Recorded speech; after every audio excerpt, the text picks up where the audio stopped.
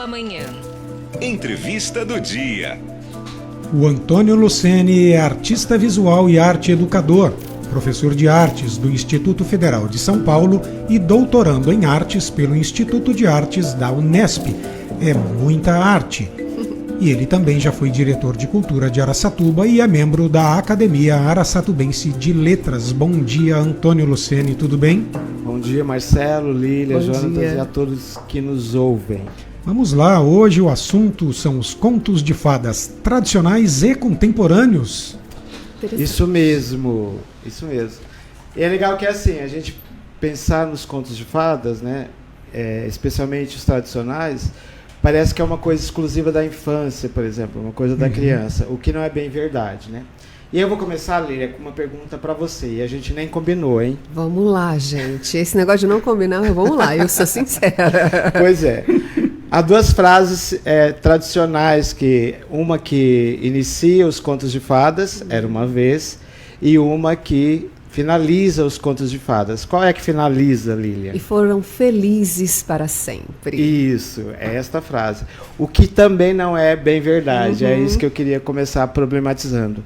Os contos de fadas, eles são da tradição oral, né? Então, portanto, do folclore, dos povos, de modo geral. A gente pega, por exemplo, um dos contos, se não o mais conhecido, o Chapeuzinho Vermelho, ele existe e coexiste em diferentes geografias, em diferentes países e lugares do mundo.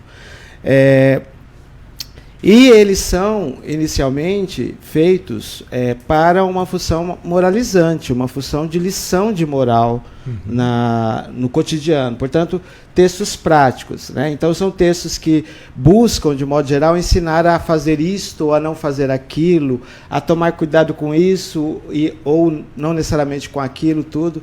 Depois que eles vão adquirir um caráter, vamos dizer assim, literário, conforme o tempo vai se atravessando, né, e os pesquisadores vão se envolvendo com esses contos. Então, um pouco conhecido, mas que foi o grande iniciador do ponto de vista da formalização dos contos de fadas, o Giambattista Basile, um italiano, ele começa esses contos, o Perrault também vai ter essa característica, que é quem o segue em seguida, de contos de terror mesmo. É por isso que a gente fala assim, essa coisa de voltado para a criança, pero não muito, né? São os irmãos Grimm que vão dar essa característica mais para o infantil, e depois, na contemporaneidade, o Walt Disney, que aí com as animações, enfim, vai ter esse caráter mais infantil e às vezes até infantilizado dos contos de fadas, mas inicialmente não. Então, só para dar um exemplo, por exemplo, nas compilações que o Basile faz e o Perrault faz, por exemplo, a Chapeuzinho Vermelho, ela é estuprada e comida pelo lobo e ponto. Não tem caçador no meio que tira da barriga nada, isso é coisa dos Grimm depois, que vão amenizar esse final trágico por ter um caráter mais voltado para o público infanto-juvenil. Assim como João e Maria, no caso dos irmãos Grimm, são abandonados pelos pais a por própria não terem condições de mantê-los e não jogar pãozinho para voltar e fugir da bruxa. As irmãs, no conto da Cinderela, por exemplo, elas querem, por toda a força, calçar o sapato e casar-se com o príncipe e tal, e elas cortam o calcanhar, elas cortam o dedão do pé para poder caber. E ponto. Então, assim, se você for pegar lá, o da tradição, são contos trágicos e de horror. O que é bastante interessante, porque essa meninada, por exemplo, de 13, 14 anos, que também já torce o nariz quando fala em conto de fada, está meio saturado de ouvir isso na infância e tal, e às vezes de ouvir de uma maneira de traduções e de versões bem babaquinhas, bem grosseiras, né? Porque tem muita gente que acha que criança e adolescente é babaquinha, que tem que escrever qualquer coisa e qualquer coisa serve, que não é verdade.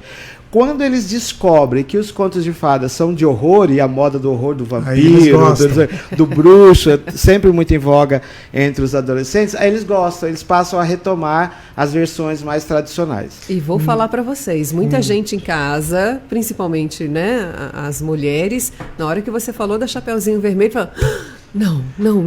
Lilian, acabei de pensar nisso. Eu falei, extremistas e que me permita dizer, Não ultraconservadores é assim. acabaram de desligar o rádio. Vão cancelar o Basílio e o Perrault, o Charles Perrault. Mas eu queria também falar do contemporâneo, porque se numa ponta os tradicionais, eles têm esses caráteres moralizantes, enfim, de pedagógicos e tal, os contemporâneos eles vão na contramão disso, né? Então eles são não moralizantes, né? Reacionários de algum modo e tal.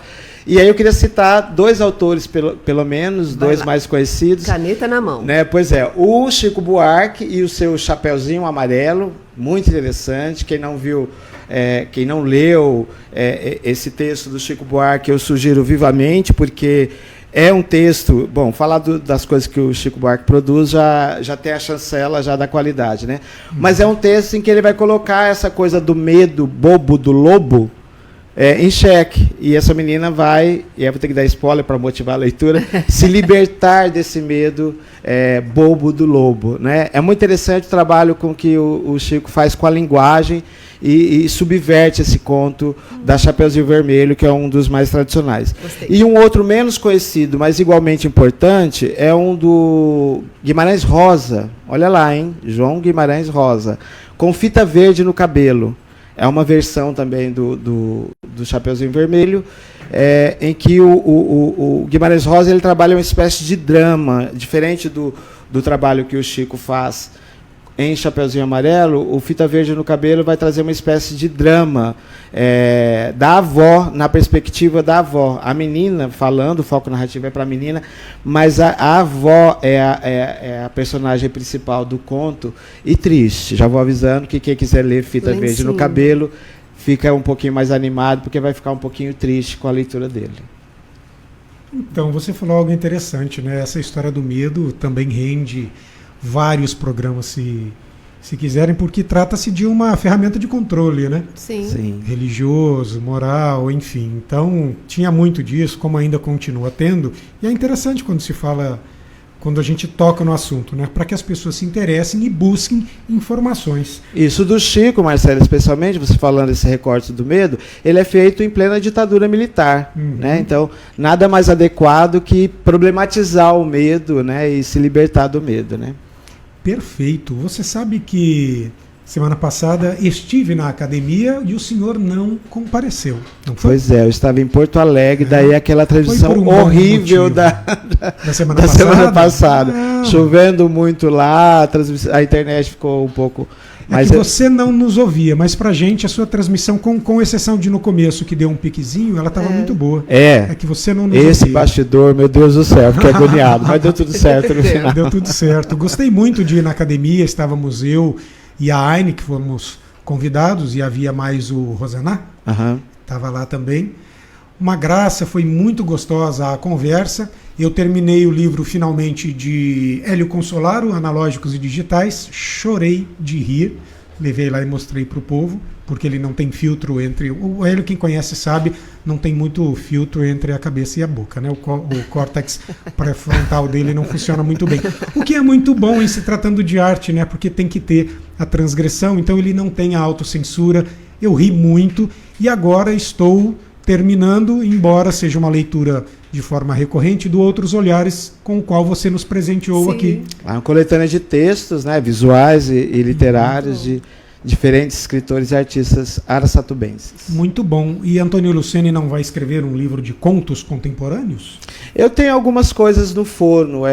Eu estou focando muito meu trabalho na literatura infantil, Marcelo. Porque eu acho que é uma área que é bastante carente, especialmente na nossa região, em relação a uma produção que tenha aí, modéstia à parte, uma qualidade voltada para o público infantil e juvenil, e eu estou focando meu trabalho nessa parte. Mas eu tenho participado e organizado, inclusive, coletâneas de contos e crônicas. Uma delas é